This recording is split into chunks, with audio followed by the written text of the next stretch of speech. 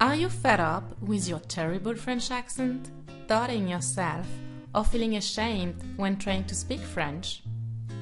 Don't worry, we're all in the same boat, experiencing very embarrassing situations. But no!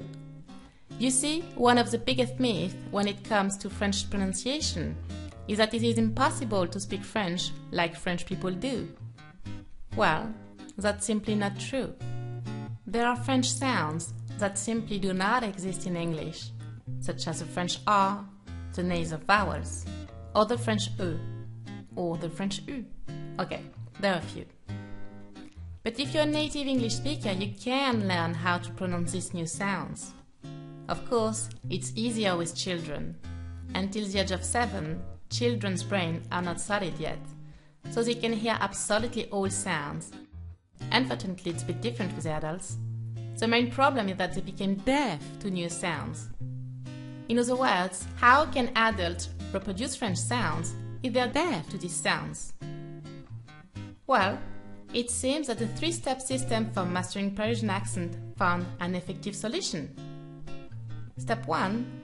If you're a native English speaker, you have to educate your ear first. You have to educate your ear to listen and recognize these new sounds. But that's not all. Once your ear is educated to listen to each new sound, how will you reproduce, let's say, the French U? It can take you literally several months, even years, to master the French U, if you don't know the tricks. So step 2, you need to learn the tongue and mouth position of each new sound. So imagine a video tutorial that explains and shows clearly that in order to pronounce the French U, you need to start from saying E, such as tree. While saying tree, you need to put the tip of your tongue behind your lower teeth, then round your lips, tree, and you get the French U. This is already pretty promising. But that's still not all. French language is known to be a difficult language to read, mostly because of the liaison. But what is a liaison?